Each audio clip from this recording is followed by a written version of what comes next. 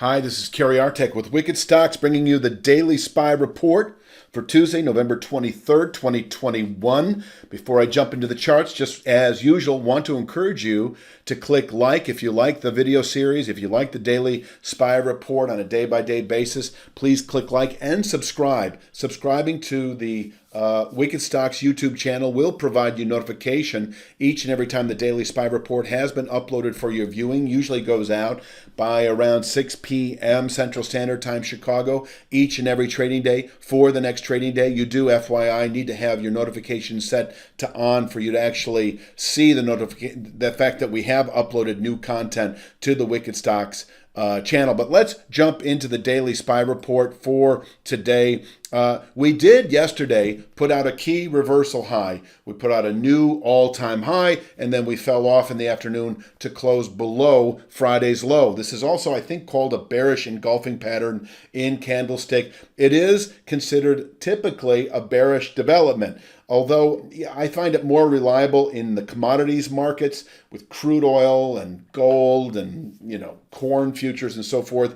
With regard to the stock market, you have to be careful. You can't read too heavily into it. I'm still honoring this 464.40 channel bottom as really the downward pivot point into December trade. Now, I've remained heavy this market below that long-term resistance level, that long-term trend line that we find today at 476.69. But I'll get to that in a moment. Back to today, 464.40 is actually in reach if we open and hold below 468.64. Now, this is, I don't consider this a session containment level. I consider it an intraday containment level. In other words, I think, assuming we open below 468.64, it can contain initial, possibly morning highs, early day highs, and below which 464.40 is expected. But 464.40 just may contain weekly selling pressures, and from here we can rally back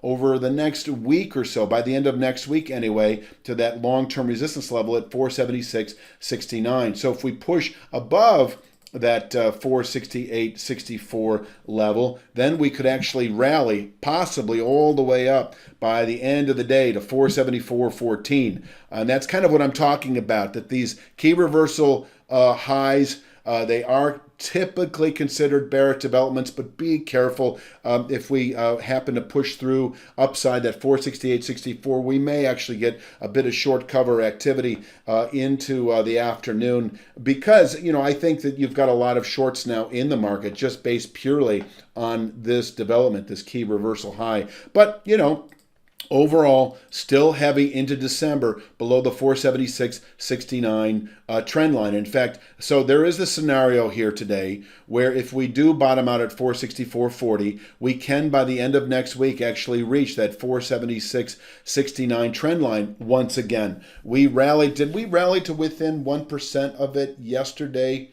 The 473.54 high? Yes, we did. So yeah, yesterday we rallied to within 1% of that 476.69 trend line.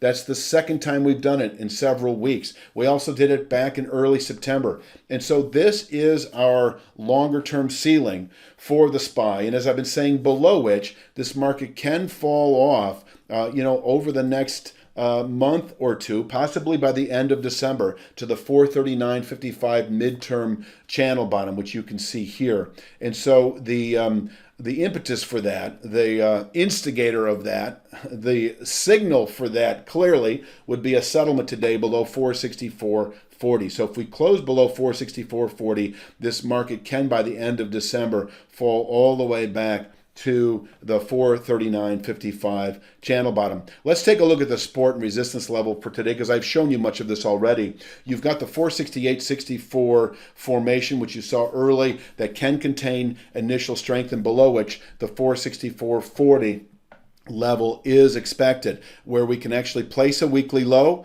and once we test it, the 476.69 trend line attainable again by the end of next week, Closing below 464.40 shouldn't come as a great surprise, though, today, given the overall developments here. The fact that we've once again tested long-term resistance or rallied to within 1% of it in the 476 handle. The fact that we put out a key reversal high on Monday. So closing below 464.40 would be consistent with all that. And then closing below that, 439.55, that formation is then likely by the end of December, where we could actually bottom out through January and following a test of that, push on and up to new highs, back up to that trend line that is presently at 476.69 within a month or two. So that is sort of the way it plays out if we happen to close today below the 464.40 formation. I would then anticipate the 454.05 high from September, and we may actually, if we close today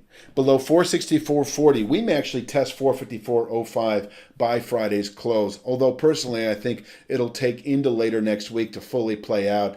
And then, as I say, over the next 3 to 5 weeks or by the end of December, 439.55 is a realistic target if we close today below 464.40. Just know that holding below that 476.69 trend line will keep 439.55 in reach over the next several months anyway. It's just that closing below 464.40 is the more aggressive downward pivot point that kind of seals the deal. Now, there's no certainties, of course, but seals the deal technically in terms of getting this underway. 454.05 then expected by the end of next week, and by the end of December, 439.55. Let's talk upside today.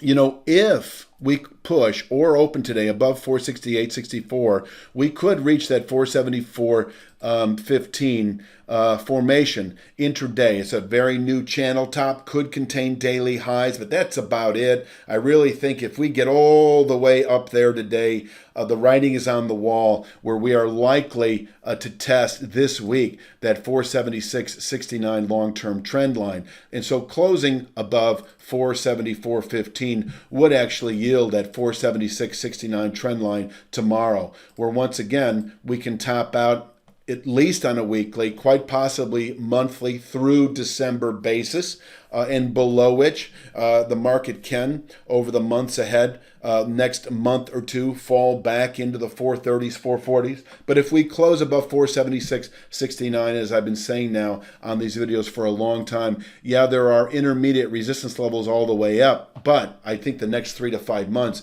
closing above 476.69 should then yield that 524.91 long-term channel top over the next 3 to 5 months. Let me throw a little NASDAQ at you. Kind of an update. We did, in fact, test that 407.93 channel top on Monday, and we backed off. And so there is a new downward pivot, new support for the week, and that comes in at 392.68, which I show here. So having tested 407.93, we can quite easily test 392.68 this week. Who knows? Possibly today. It can contain weekly selling pressures, and from there we can rally back up to the 407.93 formation by the end of next week. But if we close below 392.68, then the 350s, I think I had 355 and change. If you watch that video that I put out on Sunday for the entire week, where I cover the DIA, the IWM, and the Triple Q, I do have a channel structure support in the mid 350s. And if we close today below 392.68, we should get down into the mid 350s or the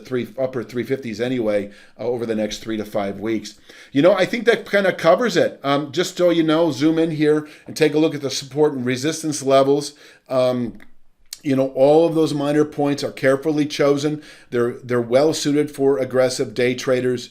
But just know that 468.64 is our pivot point today, a soft pivot point below which 464.40 is likely today, where we can place a weekly low. And if we happen to push or open above 468.64, that just may yield 474.15 by the closing bell. And that is all I've got for today's Daily SPY report for Monday, November 22nd. I'll be back tomorrow at the same time, Tuesday, November 23rd, for the Daily SPY report. And that's all I've got. Please click like, please click subscribe, and have a great evening.